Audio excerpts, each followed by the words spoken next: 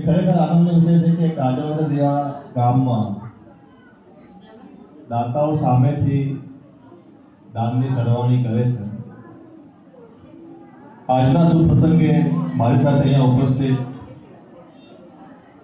તાલુકા પંચાયતના માનનીય સદસ્ય શ્રી પરમાર સાહેબ, ગામના સરપંચ શ્રી કિરીટભાઈ, તલાટી મંત્રી શ્રી, મારી સાથે આવેલા બારિયાભાઈ, સન્માનિત મંચ, ગામજનો, શાળા પરિવાર શાળાના આચાર્યશ્રી, આજ સુધી મેં ઘણા બધા પરિષોત્સવ અટેન્ડ કર્યા છે, ભાગ લીધો છે, પણ અહીંયા મને કંઈક વિશેષ જે કહેવાય કે વાઇબ્સ આવતી હોય એની અનુભૂતિ મને થાય છે. એ રીતે કે અહીંયા નાના નાના છોકરાઓમાં એક અલગ પ્રકારની ઉર્જા મને જોવા મળી, જે ખરેખર સારી વાત છે. અને હું તો નાના ઢીકલાને જોતો હતો જ્યારે અહીંયા આવું સ્વાગત ગીત ચાલુ હતું ત્યારે કોઈ પણ પ્રકારની ટ્રેનિંગ વગર એને જે ફાવે એ પ્રમાણે જેને હાથ પગ હલાવ્યા છે, બહુ સરસ ગમ્યું. દીકરી જે બોલી, જોયા વગર, અટક્યા વગર, અસખલી, કયા શબ્દ પર ભાર આપવો, ક્યાં અટકવું,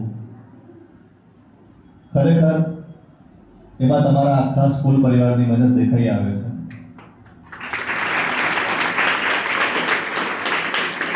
જેમ કે ભાઈએ વાત કરી, જળ એક જીવન છે,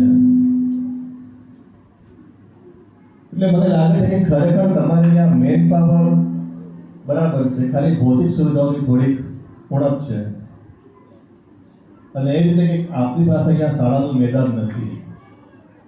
અત્યારે કલેક્ટર સાહેબના હુકમથી ગામે ગામ એક મુહિમ ચાલે છે કે રમત ગમતનું મેદાન દરેક ગામમાં હોવું જોઈએ. અમે પંચાયત પાસેથી માહિતી માંગેલી છે કે કોઈ નંબર હોય, કોઈ જગ્યા હોય જ્યાં કોઈ વિવાદ ના હોય, કોઈ દબાણ ના હોય, એવી જગ્યા આપણે શાળા માટે મેદાન તરીકે ગ્રાન્ટ કરાવી. તો જેમ આપના શાળાના વિદ્યાર્થીઓ અલગ અલગ કક્ષાની પરીક્ષાઓમાં સારું પ્રદર્શન કરે છે અને અહીંયા મેદાન ન હોવા છતાં પણ સારું પ્રદર્શન રમત ગમતમાં કરે છે, તો વિચારો કે કદાચ તમને અહીંયા મેદાનની સુવિધા મળે પછી તમારામાંથી ઘણા લોકો રમતવીરો રાજ્ય સ્તરે, રાષ્ટ્રીય સ્તરે પણ આ ગામનું નામ ઉજળું કરશે.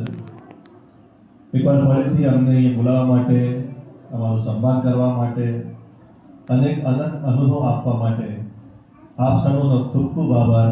અને આપ બધા ઉત્તરોત્તર પ્રગતિ કરતા રહો તેવી શુભેચ્છાઓ. ભારત માતા કી જય.